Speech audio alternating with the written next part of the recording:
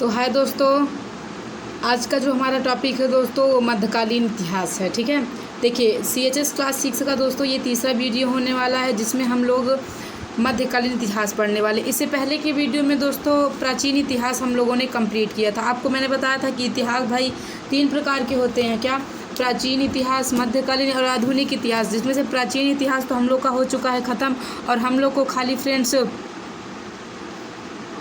खाली जो हम मेन पॉइंट है वही सब तीनों इतिहास में पढ़ना है। तो जो प्राचीन इतिहास का मेन पॉइंट, जो उसके प्रमुख शासक वगैरह थे, सब कुछ पढ़ लिया है। अब दोस्तों मध्यकालीन इतिहास के जो प्रमुख शासक हैं उनके बारे में हम लोग पढ़ने वाले हैं। तो सबसे पहले मैं आपको बता दूँ दोस्तों, मध्यकालीन इतिहास की शुरुआत मोहम्मद पैगंबर से मानी जाती है। ठीक है, मोहम्मद पैगंबर से ही मध्यकालीन इतिहास की शुरुआत हो जाती है, जब वो जन्म लेते हैं। आप जानते हैं कि उन्होंने मुस्लिम धर्म की स्थापना की थी। ठीक है, कि मोहम्मद पैगंबर ने, और ये सब काम वो कहाँ, सऊदी अरब में किए थे। तो इसी के प्रचार प्रसार के लिए दोस्तों हमारे यहाँ मध्यकालीन इतिहास की एक प्रकार से कहते हैं तो शुरुआत हो गई।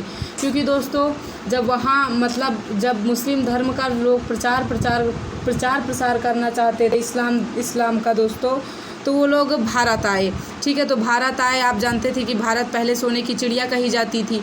तो फिर अब कुछ लोगों के मन में लालच आ गया, तो कुछ लोगों ने लूटा भी भारत को, कुछ लोगों ने अपना साम्राज्य विस्तार किया। ठीक है, अभी आपको पता चलेगा, लेकिन मैं आपको इतना बता दूं कि दोस्तों ध्यान रहे, मध्यकालीन इतिहास की शुरुआत मोहम्मद पैगंबर जी के जन्म से ही हो जाती है। ठीक है, मोहम्मद पैगंबर का जन्म 570 ईस्वी में हुआ था। इस बात का आप ध्यान रखिएगा। ठीक है, इन्होंने जो दोस्तों इस्लाम धर्म की शुरुआत की थी वो सऊदी अरब में की थी। और आप लोग जानते हैं कि मतलब ये जो मुस्लिम धर्म आज चल रहा है उसके संस्थापक कौन है? मोहम्मद पैगंबर ही। और मुस्लिम धर्म की सबसे पवित्र पुस्तक क्या होती है दोस्तों? कुरान होता है, जिसे में लिखा गया है कि हमें 5 बार नमाज करना चाहिए, रमज़ान के माह में रोज़े रखना चाहिए, दान करना चाहिए, मुमकिन हो सके तो मक्का की तीर्थ यात्रा भी करनी चाहिए। सब कुरान में लिखा है। मतलब दोस्तों जो इस्लाम धर्म है वो कुरान को बहुत पवित्र पुस्तक मानता है। ठीक है दोस्त, तो फिलहाल यहाँ पे हम लोग शुरू करने वाले मध्यकालीन इतिहास। आपके जो बुक में दिया है वो ये बताया कि दोस्तों मोहम्मद बिन कासिम, देखिए यहाँ पे लिखा हुआ है मोहम्मद बिन कासिम भारत पर आक्रमण करने वाला प्रथम अरब मुस्लिम था, जिसने सिंध व मुल्तान को 712 ईस्वी में जीत लिया। देखिए सबसे पहले जिसने अरब मुस्लिम शासक दोस्तों ऐसा कौन था जिसने भारत पर आक्रमण किया था? तो मोहम्मद बिन कासिम था। इसने 712 ईस्वी में आक्रमण किया। साथ ही साथ इसने सिंध और मुल्तान 2 राज्यों को क्या कर लिया? जीत लिया। तो आपको हम बता दें कि दोस्तों जो यहाँ पे 712 लिखा हुआ है, ये कई किताबों में इस बात के लिए मतभेद भी है। मतभेद का मतलब यहाँ है कि इस तिथि को लेकर मतभेद है। किसी का कहना है कि 711 ईस्वी में इसने जीता था, और किसी का कहना है कि 712 ईस्वी में जीता था। ठीक है, वो ऑप्शन के अनुसार आप आंसर देंगे कि 712 ईस्वी था कि 711 ईस्वी था। तो देखिए जब मोहम्मद बिन कासिम ने भारत पर आक्रमण किया था उस समय हमारे यहाँ ब्राह्मण वंशी राजा दाहिर था। कौन था दोस्तों? दाहिर था। ठीक है, जब उसने मुल्तान और सिंध को जीता था। उसके बाद दोस्तों बात आती है महमूद गजनवी की। बात आती है किसकी? आती है महमूद गजनवी की दोस्तों। यह एक तुर्क था। क्या था? तुर्क था।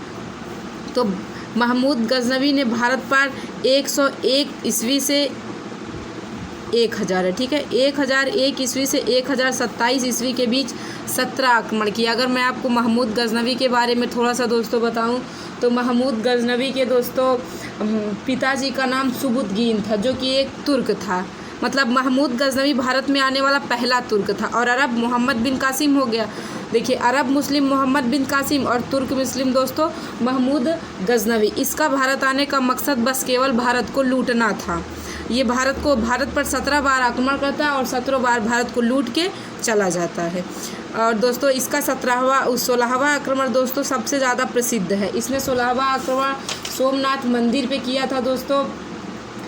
सोमनाथ मंदिर पे किया था 1025 से 1026 में। ठीक है, उस समय वहाँ का जहाँ पे सोमनाथ मंदिर थी वहाँ का शासक भीमदेव था। उसको पराजित करके इसने सोमनाथ मंदिर को लूटा था। वहाँ पे शंकर जी की मूर्ति थी, उसे मतलब शिवलिंग थी, उसे खुदवा के पीछे नदी थी उसमें फेंकवा दिया था। और बाकी जो हीरा जवाहरात थे सब लूट ले गया था। कौन? महमूद गजनवी भारत में केवल लूटने आया था। यहाँ पे कह रहा है कि 1025 में उसका सोमनाथ के शिव मंदिर पर आक्रमण सबसे प्रसिद्ध है। मैंने बता दिया कि क्वेश्चन दोस्तों आपसे ये आएगा कि महमूद गजनवी ने भारत पर कितने बार आक्रमण किए। तो महमूद गजनवी ने भारत पर 17 बार आक्रमण किए। या फिर क्वेश्चन आ सकता है कि 17 बार किस मुस्लिम शासक ने आक्रमण किए थे भारत पर। दोस्तों महमूद गजनवी ने किया था। अब देखिए महमूद गजनवी के बाद दोस्तों यदि हम बात करें तो आएगा हमारा मोहम्मद गौरी। कौन आएगा दोस्तों? मोहम्मद गौरी आएगा। ठीक है। अब देखिए जब महमूद गजनवी के ही वंश में महमूद दोस्तों जो महमूद गजनवी था इसी के यहाँ दोस्तों ये कौन मोहम्मद गौरी का वंशज रहता था। ये देखिए मैंने लिखा हुआ यहाँ मोहम्मद गौरी, इसी के यहाँ ये लोग रहते थे। दोस्तों जब इन लोग का शासन कमज़ोर होने लगा तो ये लोग हावी हो गए और फिर ये लोग अपना राज करने लगे। तो देखिए अब इसका तो भारत आने का कारण केवल लूटपाट मचाना था। ठीक है। लेकिन इसका दोस्तों जो मोहम्मद गौरी भारत आया था वो इस्लाम धर्म के प्रचार प्रसार और अपने साम्राज्य को विस्तार करने के लिए भारत आया था। ठीक है। देखिए इसके बारे में पहला पॉइंट है कि महमूद गजनवी के विपरीत मोहम्मद गौरी का भारत पर आक्रमण उद्देश्य भारत में मुस्लिम राज्य की स्थापना करना था। मैंने क्या कहा दोस्तों? महमूद गजनवी तो भारत पर आक्रमण करने आया था, लूटने आया था भारत को, लेकिन मोहम्मद गौरी भारत में इस्लाम की स्थापना करने आया था, मुस्लिम राज्य की स्थापना करने आया था। ठीक है।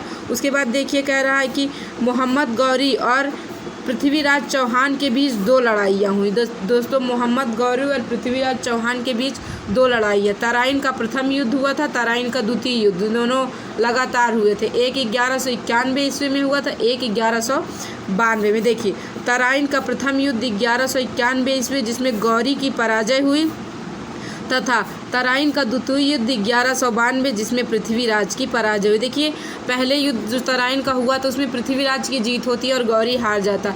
पृथ्वीराज की गलती दोस्तों कि उसने गौरी को जिंदा छोड़ दिया। अगर वो गौरी को मार देता तो तराइन के द्वितीय युद्ध में पृथ्वीराज की हार ना होती। ठीक है। तो देखिए दोस्तों ये थे महमूद गजनवी और गौरी। ठीक है। अब इसके बाद दोस्तों आएगा, अब इसके बाद ये लोग तो दोस्तों थोड़ा थोड़ा शासन किए थे। अब इसके बाद पूरा शुरू होगा दोस्तों दिल्ली सल्तनत जिसको हम लोग कहते हैं। ठीक है।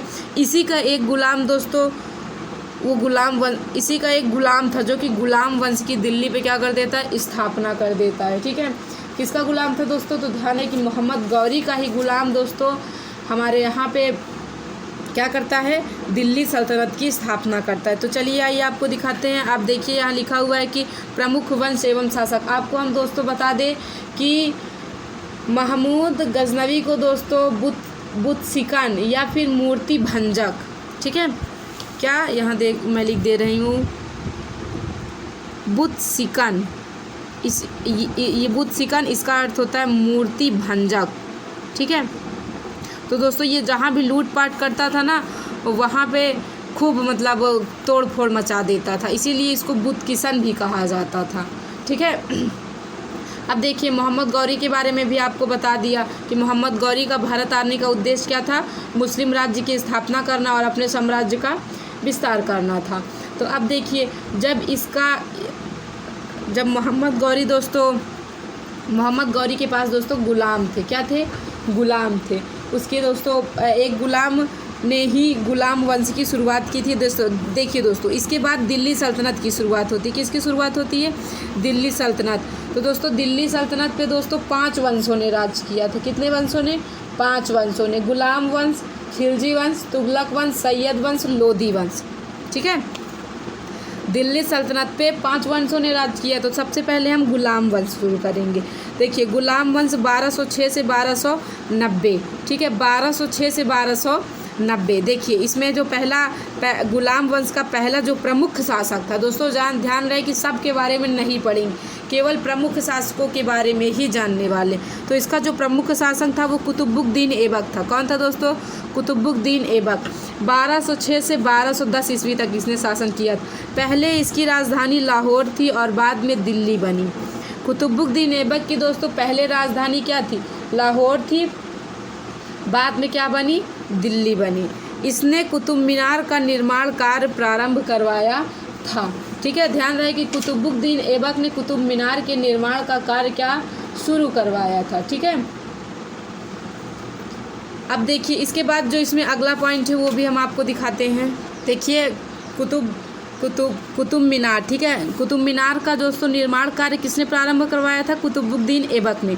तो कुतुब मीनार का नाम प्रसिद्ध सूफी संत ख्वाजा कुतुबुद्दीन बख्तियार काकी के नाम पर रखा गया था। कुतुब मीनार का नाम दोस्तों प्रसिद्ध सूफी संत ख्वाजा कुतुबुद्दीन बख्तियार काकी के नाम पर रखा गया था। तो मोस्ट इम्पॉर्टेंट क्वेश्चन है कि कुतुब मीनार का निर्माण कार्य किसने प्रारंभ करवाया था? तो दोस्तों कुतुबुद्दीन ऐबक ने। आपको बता दें कि ऐबक गौरी का ही एक गुलाम था। गुलाम वो भी मतलब दोस्तों बहुत विश्वसनीय गुलाम था। फिर ऐबक के गौरी के मर जाने के बाद इसने ही गुलाम वंश की शुरुआत कर दिया था, ठीक है। तो अब देखिए आगे इसके कुतुबुद्दीन ऐबक, इसकी मृत्यु लाहौर में चौगान यानी पोलो खेलते हुए घोड़ों से गिर जाने से हुई थी। तो दोस्तों कुतुबुद्दीन ऐबक की मृत्यु दोस्तों घोड़े से गिर जाने, वो चौगान खेलते हुए आप लोगों ने देखा होगा, घोड़े पे बैठ के एक डंडे से बॉल को मारते हैं ना, तो वही वाला खेल है। चौगान खेलते हुए दोस्तों या घोड़े से गिर गया था तब इसकी मृत्यु हो जाती है। तो दोस्तों कुतुबुद्दीन ऐबक से कुछ इंपॉर्टेंट क्वेश्चन थे जो पता चल गए हैं कि कुतुबुद्दीन ऐबक दोस्तों इसने ही कुतुब मीनार का निर्माण कार्य प्रारंभ करवाया था। और कुतुब मीनार का नाम किसके नाम पर रखा गया है? तो दोस्तों सूफी संत ख्वाजा कुतुबुद्दीन बख्तियार काकी के नाम पर रखा गया। इसकी मृत्यु चौगान खेलते हुए घोड़े से गिरकर हो गई थी। अब देखिए दोस्तों गुलाम वंश का दूसरा प्रसिद्ध शासक है इल्तुतमिश। क्या है? इल्तुतमिश 1210 से 1236 ईस्वी। इल्तुतमिश ने कुतुब मीनार को बनवा कर पूरा किया, राज्य को सुदृढ़ व स्थिर बनाया। अब देखिए दोस्तों इल्तुतमिश ने, इसे गुलामों का गुलाम कहा जाता है, ये कुतुबुद्दीन ऐबक का गुलाम था, ठीक है।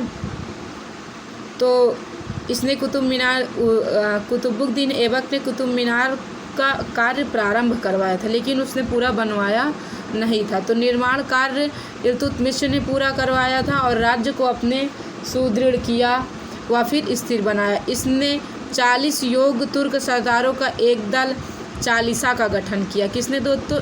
इल्तुतमिश ने चहलगानी की शुरुआत की थी। तो भाई कई बार क्वेश्चन आ जाता है, तो चहलगानी की शुरुआत किसने की थी दोस्तों? तो इल्तुतमिश ने ही चहलगानी की शुरुआत की थी। आपको हम बता दें कि गुलाम वंश का वास्तविक संस्थापक भी इल्तुतमिश को ही माना जाता है, ठीक है। तो चलिए आइए हम आपको अब आगे दिखाते हैं, क्योंकि दोस्तों यही था मोस्ट इम्पॉर्टेंट। अब उसके बाद गुलाम वंश में जो तीसरा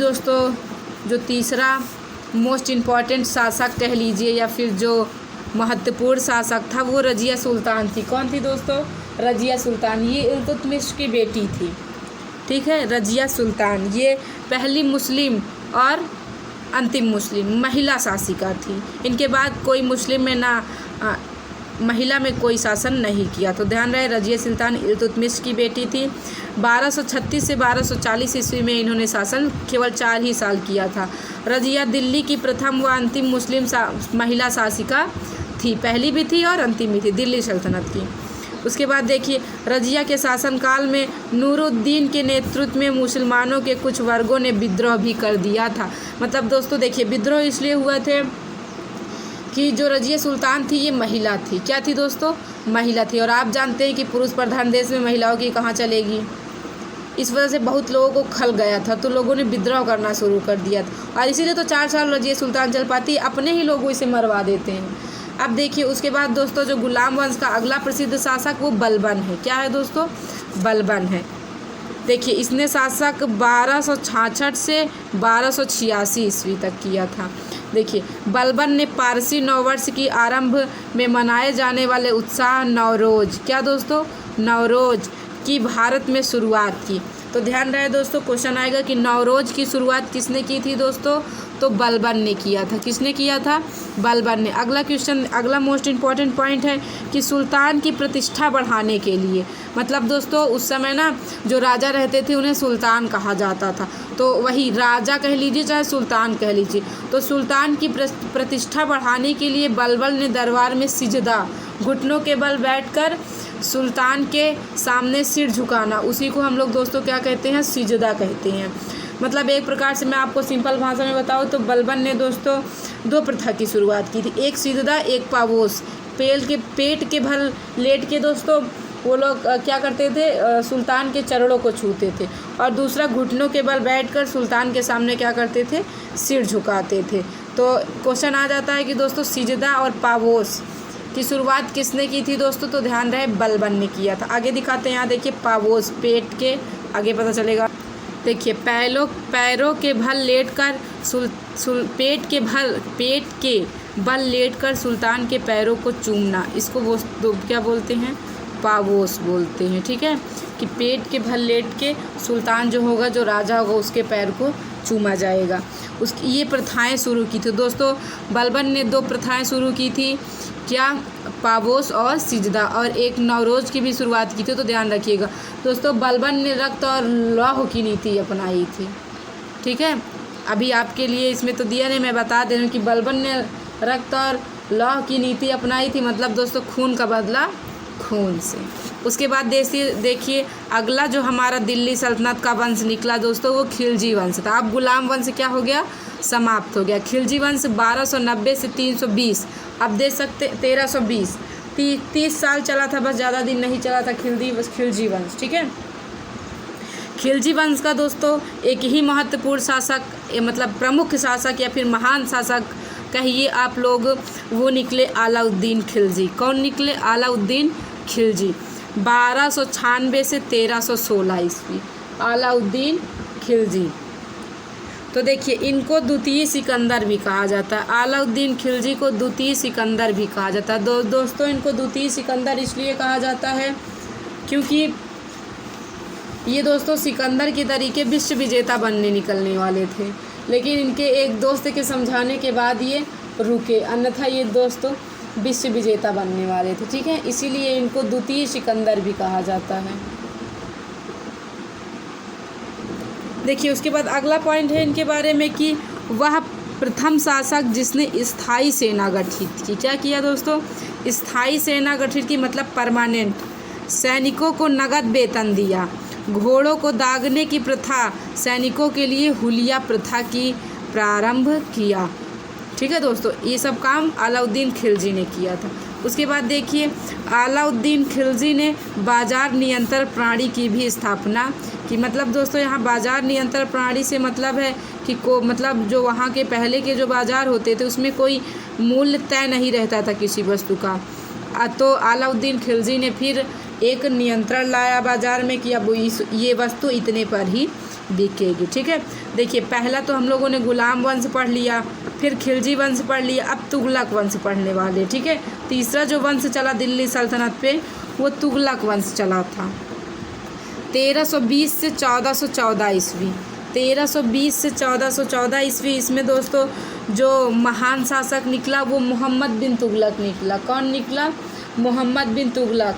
लेकिन दोस्तों इसकी स्थापना गयासुद्दीन तुगलक ने की थी। तुगलक वंश की स्थापना दोस्तों गयासुद्दीन तुगलक ने किया था, लेकिन जो महत्वपूर्ण शासक या फिर जो प्रमुख थे जिन्होंने काफ़ी ज़्यादा नाम कमाया इसमें, वो तो मोहम्मद बिन तुगलक थे। ठीक है, इन्हें दोस्तों जूना खां की उपाधि मिली थी, थोड़ा ध्यान रखिएगा, जूना खां की, क्योंकि अभी फिरोज शाह तुगलक इन्हीं के नाम पे जौनपुर की स्थापना करेगा। जूना या फिर जौना कुछ भी आपको मिल सकता है, इस बात का आप ध्यान रखिएगा। तो यहाँ देखिए सबसे पहले आपको दे रहा होगा, पहला पॉइंट हमारा है कि मोहम्मद बिन तुगलक को इतिहास में एक अदूरदर्शी शासक के रूप में जाना जाता है। मतलब दोस्तों मोहम्मद बिन तुगलक जो था वो आज की सोचता था कि आज जो है वो करिए, आगे का नहीं सोचता था। इसे दोस्तों इतिहास में एक बुद्धिमान मूर्ख शासक माना जाता था। ठीक है, मतलब दोस्तों देखिए था प्रमुख लेकिन एक मूर्ख शासक था दोस्तों, बहुत कुछ बर्बाद कर देता। यहीं से दिल्ली सल्तनत ख़त्म होने लगता है। ठीक है, तो देखिए ये एक अदूरदर्शी, मतलब दोस्तों ज़्यादा दूर की नहीं सोचता था कि कल क्या होगा, परसों क्या होगा, आज की सोचता था कि आज क्या हो रहा है। ठीक है, देखिए उसने 1327 ईस्वी में अपनी राजधानी दिल्ली से देवनागरी दौलताबाद स्थानांतरित की। अब देखिए ये दोस्तों डरपोक भी था एक प्रकार से, ये अपनी राजधानी दिल्ली से दौलताबाद ले जाता है। कहाँ ले जाता है, दौलताबाद ले जाता है। उसके बाद देखिए,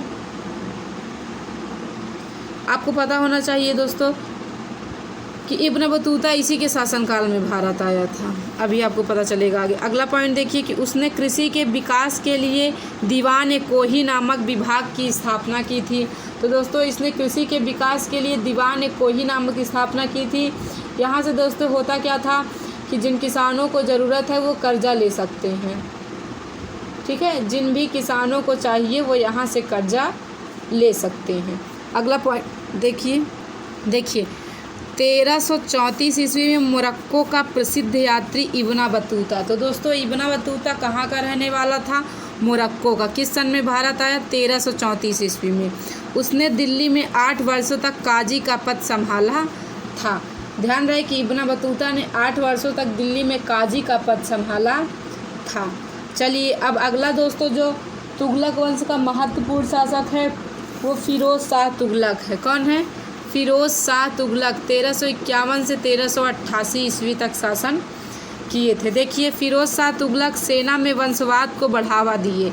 मतलब दोस्तों कि अगर बाप नौकरी कर रहा है सेना में तो बेटे को भी मिलेगा, लेकिन ये ठीक नहीं था, क्योंकि ज़रूरी नहीं है कि अगर बाप बलवान है तो बेटा भी बलवान ही हो।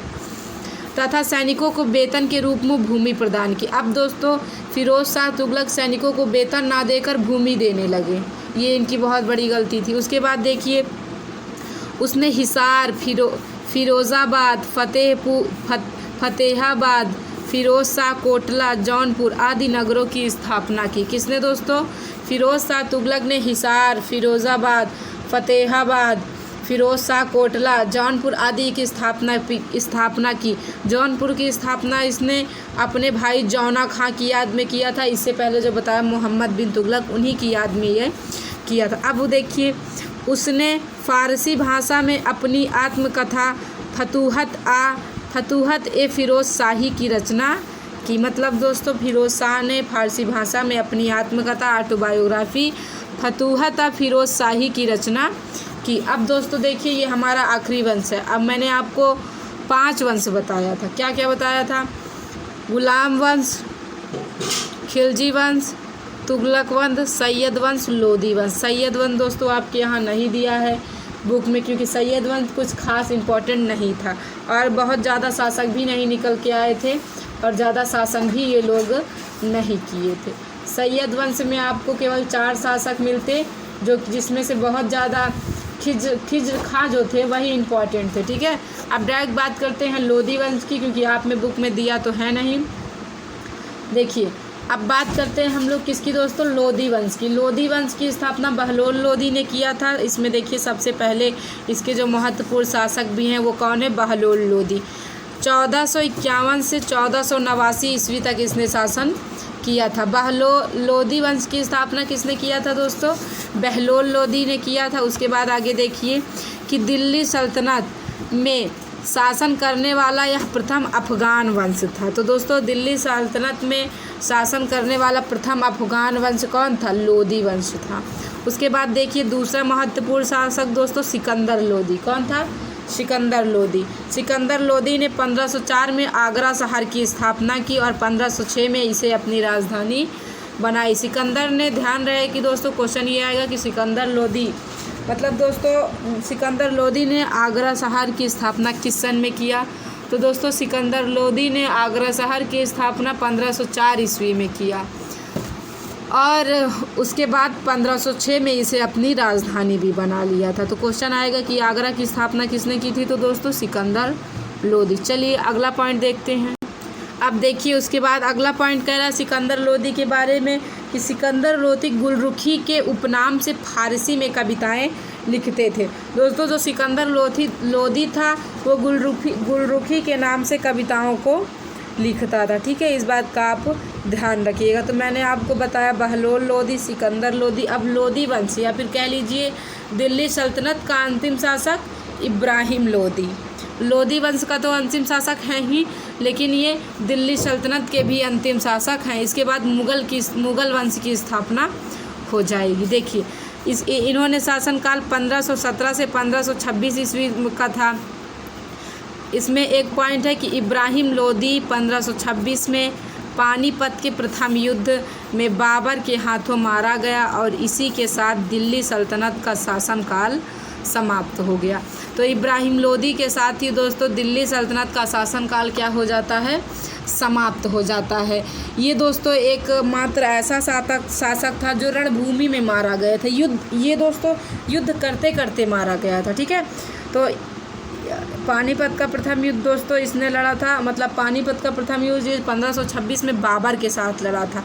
अब आ गया दोस्तों बाबर, तो आप समझ सकते हैं यदि बाबर आ गया है तो अब मुग़ल वंश की भी शुरुआत हो जाएगी। तो ध्यान रहे मध्यकालीन इतिहास में अभी तक हम लोगों ने पढ़ा दिल्ली सल्तनत, अब हम पढ़ने वाले हैं मुग़ल वंश, और उधर आप लोगों को मिलेगा विजय और बहमनी नगर साम्राज्य, लेकिन आपके बुक में दिया नहीं। अभी आप जब और आगे विस्तार से पढ़ेंगे ना तब आपको पढ़ना पड़ेगा। फिलहाल अभी के लिए आपके लिए दिल्ली सल्तनत और मुग़ल ही बहुत ज़्यादा इम्पॉर्टेंट है। अब दोस्तों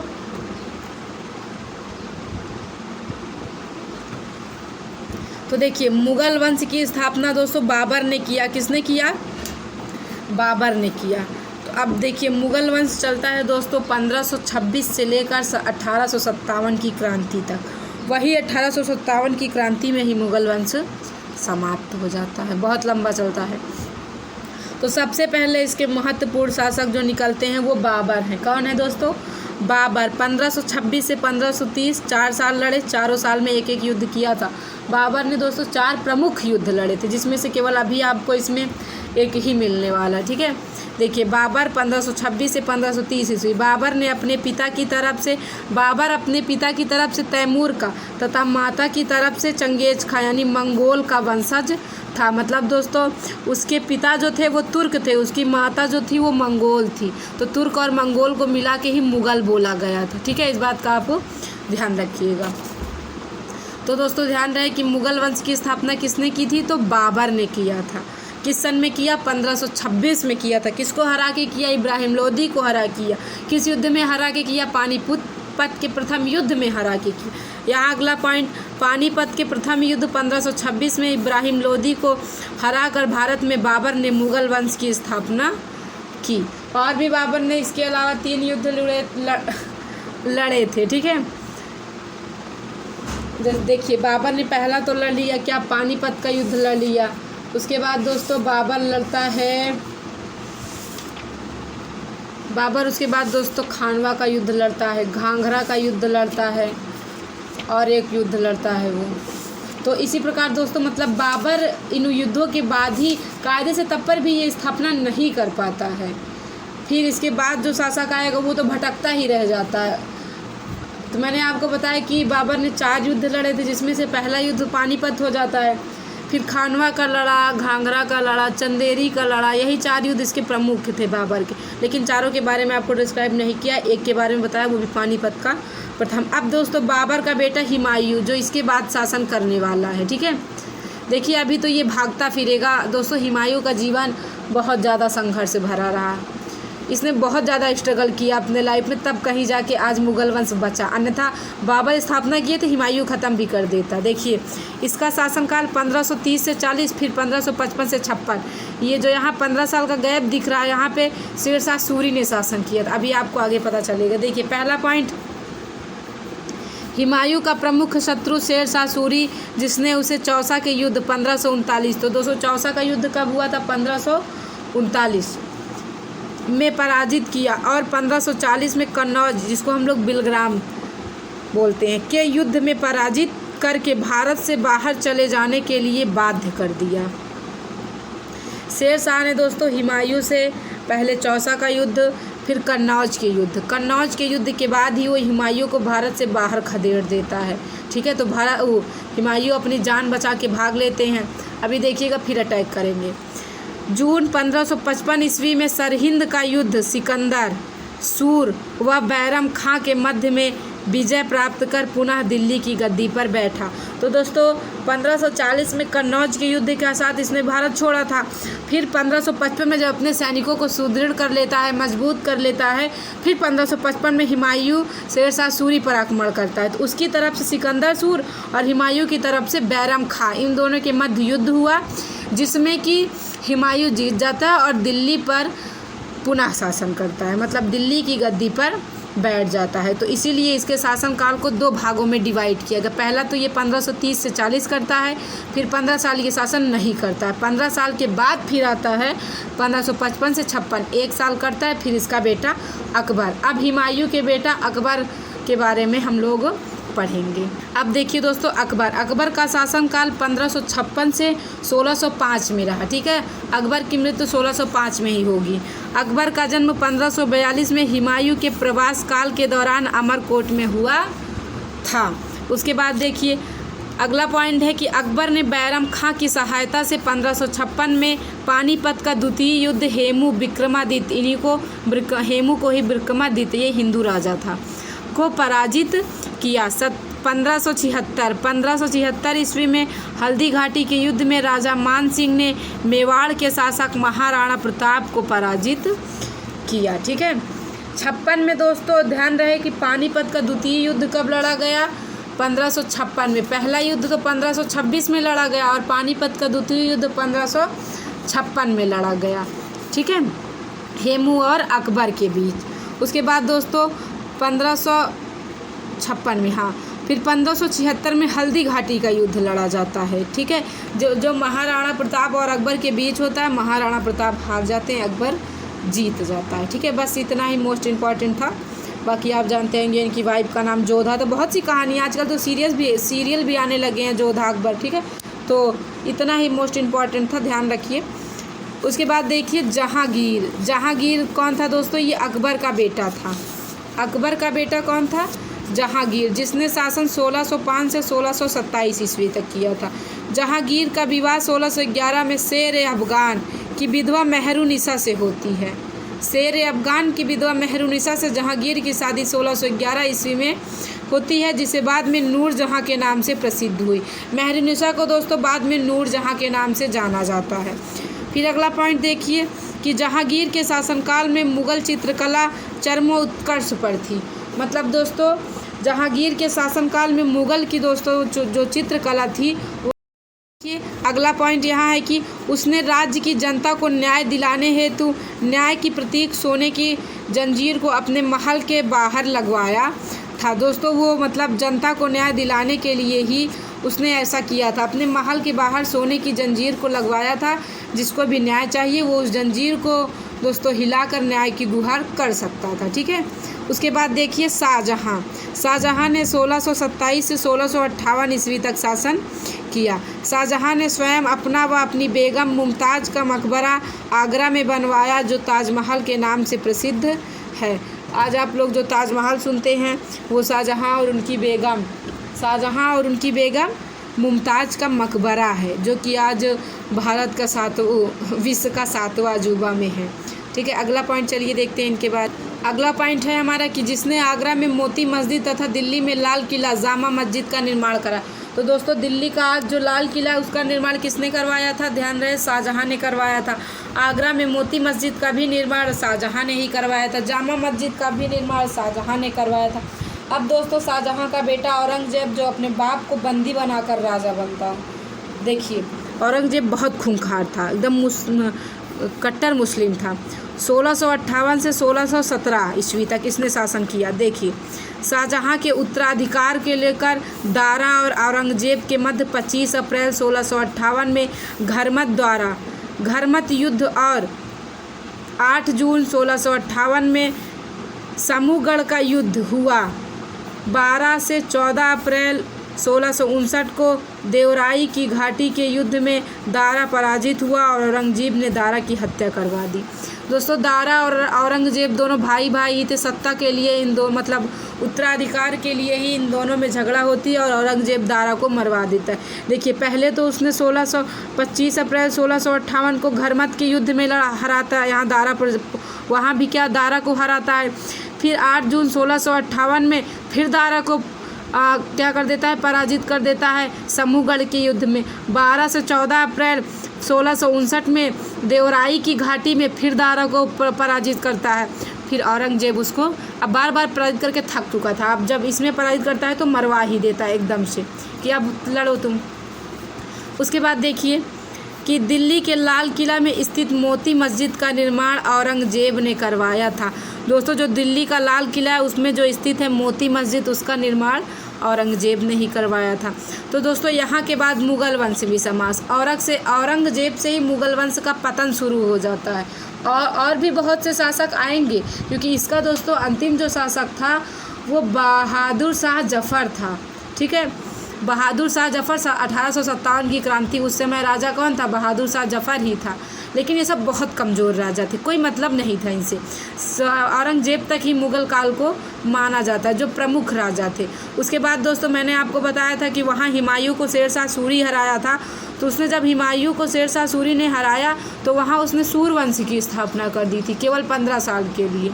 सूरवंश 1540 से 1555, जिसका पहला जो प्रमुख शासक था वो शेर शाह सूरी था। कौन था दोस्तों? शेर शाह सूरी, 1540 से 1545 ईस्वी।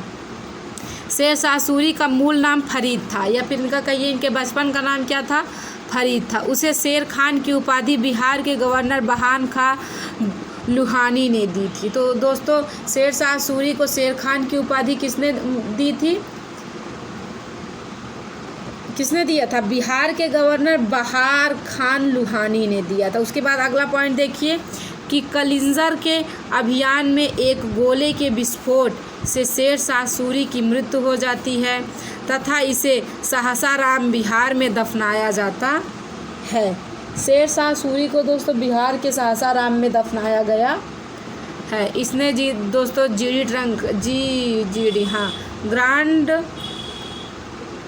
इसने दोस्तों ग्रांड ट्रंक रोड का निर्माण कराया था, जिसे आज हम लोग हाईवे के नाम से जानते हैं। देखिए शेर शाह सूरी ने लाहौर से बंगाल तक, लाहौर कहाँ है दोस्तों? पाकिस्तान में आज चला गया, और बंगाल इधर पश्चिम में। लाहौर से बंगाल तक ग्रांड ट्रंक रोड का निर्माण करवाया था तथा चांदी का रुपया आगे दिखाते हैं। वह उसके बाद देखिए वह तांबे का दाम प्रचलित किया था। दोस्तों चांदी का रुपया किसने चलवाया था? शेर शाह सूरी ने।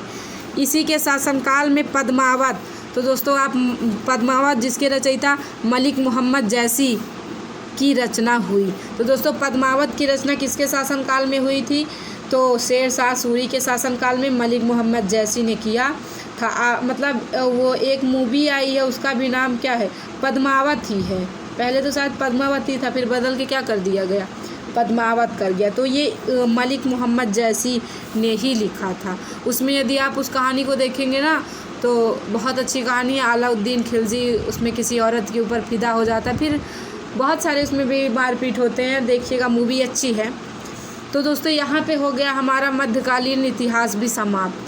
मध्यकालीन इतिहास में दोस्तों जो मोस्ट इम्पॉर्टेंट था वो इतना ही था। बाकी अभी विजयनगर साम्राज्य, बहमनी साम्राज्य, अभी बहुत कुछ था, लेकिन जो आपकी बुक में दिया था और जो मोस्ट इम्पॉर्टेंट था वो खाली इतना ही था। ठीक है, तो आप लोग इसे रिपीट करिए। यदि वीडियो पसंद आया होगा तो वीडियो को हमारे ज़रूर लाइक करिएगा। दोस्तों बहुत मेहनत करनी पड़ती है एक वीडियो को बनाने के लिए। साथ ही साथ अपने दोस्तों के साथ भी शेयर करिए ताकि वो लोग भी सीख सकें।